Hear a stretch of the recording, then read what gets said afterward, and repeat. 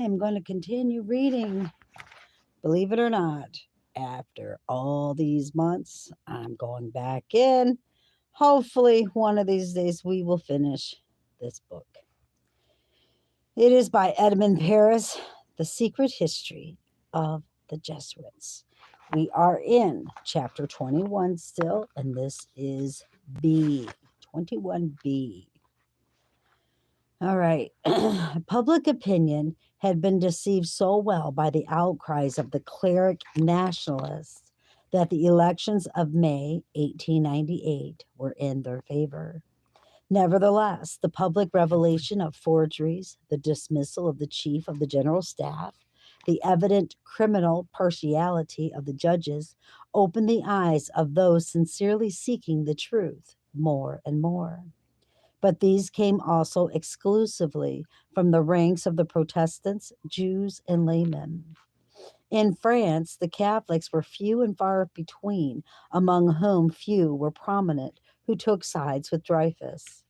The action of this handful of people made very little noise. The conspiracy of silence surrounded it. Most priests and bishops remained convinced of Dreyfus's culpability, wrote the Abbe Burgat. George Sorel declares also, quote, while the Dreyfus affair brought division amongst all social groups, the Catholic world was absolutely united against a re-examination, unquote. Guy himself admits that all the political forces of the church have always been against Dreyfus. Must we recall the list of subscriptions opened by the Libri, Parole, and La Croix in favor of the widow of the forger Henry, who committed suicide? The names of the subscribing priests were often accompanied by comments not very evangelical, as we are told by M. Adrian Dansett, who quotes these. A certain Ab Cross asked for a bedside mat made of Jewish skin, which he would be able to stamp on morning and evening. A young priest would like to crush Renoc's nose with his heel. 3 priests would love to slap the filthy face of the Jewish Renoc. Only the secular clergy is still somewhat reserved. In the congregations, things are more virulent. On the 15th of July, 1898, prize giving day at the College of presided over by General, this is a big name here, Generalissimo Jamont, Vice President of the Superior Council of War, Father Didon, Rector of the school Albert Lee Grand, gave a violent speech in which he advocated using violence against the men whose crime had been the courageous denunciation of a military error. Must we, said the eloquent monk, let the wicked go free? Certainly not. The enemy is intellectualism, pretending to despise force, and civilians wanting to subordinate the military. When persuasion has failed, when love has been ineffectual, we must brandish the sword, spread terror, chop off heads, make war, strike. This speech seemed to be a challenge thrown before all the sympathizers of that condemned wretch. But how many of them have we heard since then? These calls to bloody repressions coming from gentle clerics, especially during the German occupation. As for the cry of hatred against intellectualism, we can find the perfect echo to it in this declaration from a certain general. Quote, when someone speaks of intelligence, I draw my revolver, unquote. To crush the thought by force is a principle of the Roman Church which has never altered. To Ab Burgaret wonders, however, about the fact that nothing disturbed the cleric's belief in the culpability of Dreyfus. Quote, such a great and dramatic event, coming like a clap of thunder in a blue sky and bringing to light the department for forgeries operating at the general staff must have opened the eyes even of those not wanting to find the truth. We are referring to the discovery of forgeries made by Henry, unquote. Quote, had not the time come for the French clergy, the Catholics, to repudiate a mistake which had gone on far too long, they, the priest and the faithful, could have gone en masse and at the 11th hour, like the workmen mentioned in the Gospels, to increase the ranks of the defenders of justice and truth. But the most evident facts do not always shed their light on minds dominated by certain prejudices, as prejudices are opposed to examination, and by their nature rebel against evidence, unquote. Anyway, what efforts are made to maintain Catholics in error? Quote, could they guess that they were scandalously deceived by a press stubbornly keeping covered all the proofs of innocence, all the testimonies favorable to the convict of Devil's Island, and also determined to impede the course of justice by any means? Unquote. At the forefront of that press was La Libre Parole, created, as we have seen, with the help of the Jesuit father Du Lac and Lacroix of the Assumptionist Father Bailey. The Order of Assumption being a camouflaged branch of the Company of Jesus, we must then attribute to them the start and pursuit of the anti-Dreyfus campaign. A not very suspicious witness, Father Lecanuet, writes boldly, quote, the congregations, and especially the Jesuits, are denounced by the affairs historians. And this time, we must admit that the Jesuits took the first shot with a very thoughtless timidity, unquote. Quote, the provincial Catholic newspaper, such as the Novelty of Lyon, to informative and widely read, will nearly all take part in that dark plot against truth and justice. It seems that the watchword was passed around to stop light breaking through and to keep the public in the dark, unquote. In reality, one would need a peculiar blindness not to discern behind the furor shown by the crew. I think it's crooks. It's Croix, crux. In Paris and in the provinces, the watchword mentioned by the Abbe Burriget, and one would also be very knave not to know the origin. M. Adrian Dansett says this also, quote, it is the Assumptionist order as a whole, and with it the church, which are exposed by the campaign of Lacroix, unquote. Father Bailey boasts that the Holy Father approved of him. In fact, there isn't any doubt concerning that approval. The Jesuits, to whom the Assumptionists lend their name, are they not, since the order was founded, the Pope's political instruments? We have to smile at the story cleverly spread around, which is echoed by apologist historians, that Leo the 13th had apparently advised moderation to the directors of the Lacroix. It is a classical trick, but still somewhat efficacious. Today, there are still some folk who believe in a kind of independence of the Holy See's official voice. Let us now see what was published in Rome itself by the Civilita Cattolica, the Jesuits' official publication, under the title Cassio Dreyfus. Quote, the Jews' emancipation has been the result of the so-called principles of 1789, whose yoke weighs heavily on all French people.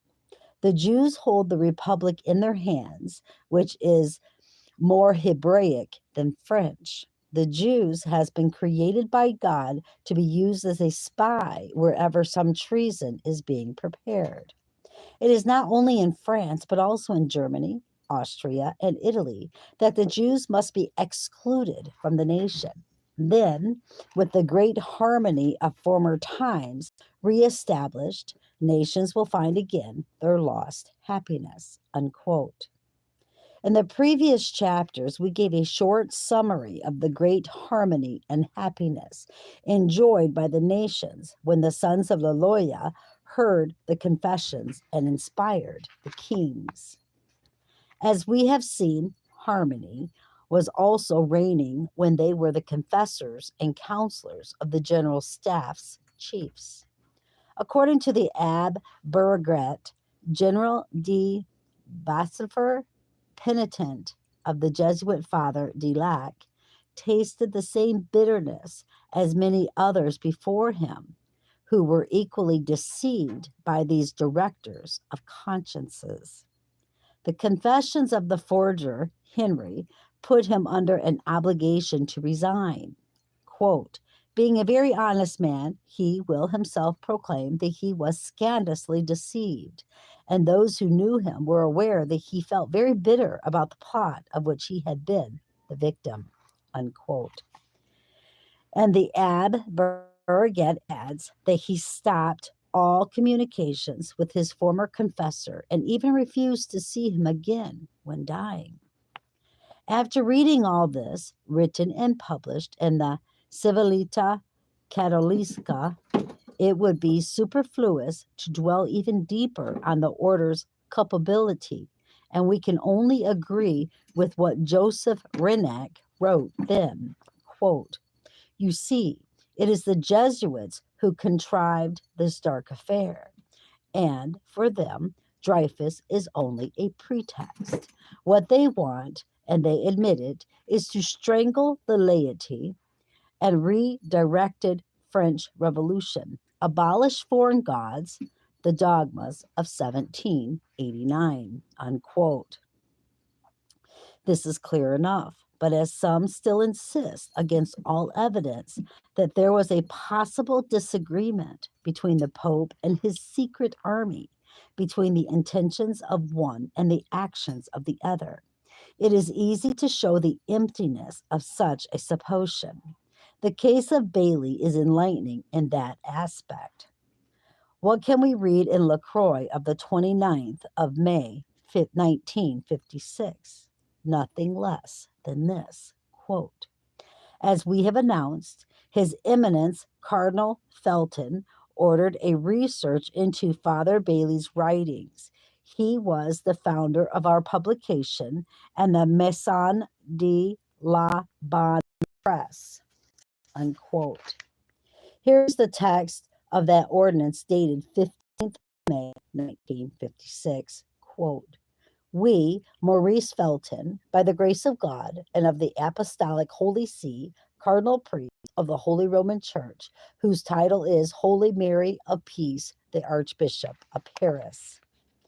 In view of the plain submitted by the Congregation of the Assumption Augustinians and approved by us to introduce in Rome the cause of God's servant, Vincent de Paul Bailey, founder of the LaCroix and Bonne Press.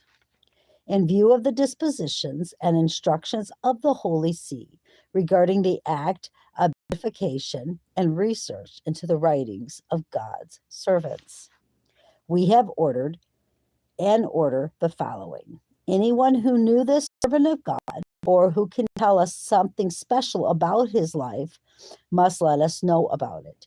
Anyone who possesses writings of the servant of God must let us have them before the 30th of September, 1956, be it printed books, handwritten notes, letters, memoranda, even instructions or advices not written by him, but which he dictated. For all these communications, we designate Canon de Bois, secretary of our archbishopric and promoter of faith for this cause, unquote. Here is a servant of God, well on the way to receive the just reward for his loyal service in the form of a halo. And we dare say that, as far as his writings are concerned, and which were so carefully searched for, promoter of faith, will have too much to choose from. As for the printed material, the collection of LaCroix, especially between 1895 and 1899, will supply the most edifying kind. Their attitude of the Catholic newspaper, and especially the one of LaCroix, constitute at the moment for all enlightened and upright minds what M. Paul Violette, Catholic member of the Institute, calls an indescribable scandal. And this scandal upholds in the Dreyfus affair the most shocking mistakes, the lying and crime against truth, uprightness, and justice. The court of Rome, he adds, knows it as all the courts of Europe do. Unquote. Indeed, the court of Rome knew better than anyone else, as we have seen. In 1956, she had not forgotten the pious exploits of this servant of God as she was preparing his beatification. No doubt the promoter of faith credited our future saint, with these famous lists of subscriptions in favor of the widow of the forger Henry, about which the Abbe Burget says, quote, "Today, when we consider those calls for the Inquisition to be brought back, for the persecution of the Jews, for the murder of Dreyfus's defenders, it is like listening to the delirious imaginations of wild and grotesque fanatics. Nevertheless, these are presented to us by LaCroix as a great and comforting, cheering spectacle." Unquote. All those pious wishes concerning the Jews, Father Bailey did not have the joy to see them realized in his lifetime by these wild fanatics under the swastika. He could only take delight in that great, comforting, and cheering spectacle from heaven, even though up there spectacles of that sort are quite common, according to the learned, and especially St. Thomas of the Aquin, the angel of the school. In order to help the saints enjoy their blessedness more and increase their thanksgivings to God, they are allowed to contemplate in all its awfulness the torture of the godless. What messed up people, man? They are messed up. The saints will rejoice in the torments of the godless. Sancti di Poen, I can't see that. I think that's Latin or something. I don't know what that is. So we just skip those words. As we can see, Father Bailey, founder of LaCroix, had what it takes to make a saint: persecute the innocent, curse those who defend him, give them up to be murdered, uphold with all one's strength lying and iniquity, stir up discord and hatred. These are, to the eyes of the Roman Catholic Church, solid titles for glory, and we can understand her wish to bestow the halo on the author of these pious deeds. However, this question is asked, quote, "Is this servant of God a wonder worker also? Because we know that to deserve such a promotion, one must have accomplished miracles well and truly checked." Unquote. What were the miracles accomplished by the director founder of LaCroix? Was it the transmutation for his readers of black to white and white into black? To have presented a lie as the truth and the truth as a lie? Naturally, but a greater miracle was the fact that he persuaded members of the general staff and then the public that after being committed an initial mistake, and when this mistake was discovered, it was in their honor to deny the evidence, transforming in that way the mistake into abuse of power. Error humanani, I can't say these words, I'm sorry. Let's see. Error humanum est perseverer diabolicum. The servant of God was not taking much notice of that proverb. Instead of letting it inspire him, he hid it under his cassock. In fact, the mea culpa is for the simple faithful and not the ecclesiastics, nor, as we have seen, for the military chiefs who have Jesuit confessors. Quote, "The result searched for was the exaltation of partisans' passions and the division of the French people." This is stated by the eminent historian Pierre Gassat. The Dreyfus Affair was the decisive turning point. Judged by officers, it involved the military institution. The affair grew, became a political conflict, divided families, cut France into two. It had the effects of a war of religion. It created hatred against the officers' corps. It started anti-militarism. When we think of Europe at that time, Germany over-equipped with arms and surrounded by her two allies, when we recollect the Vatican's responsibility in the start of the 1914 conflict, we cannot believe that the diminution of strength in our military potential was not premeditated.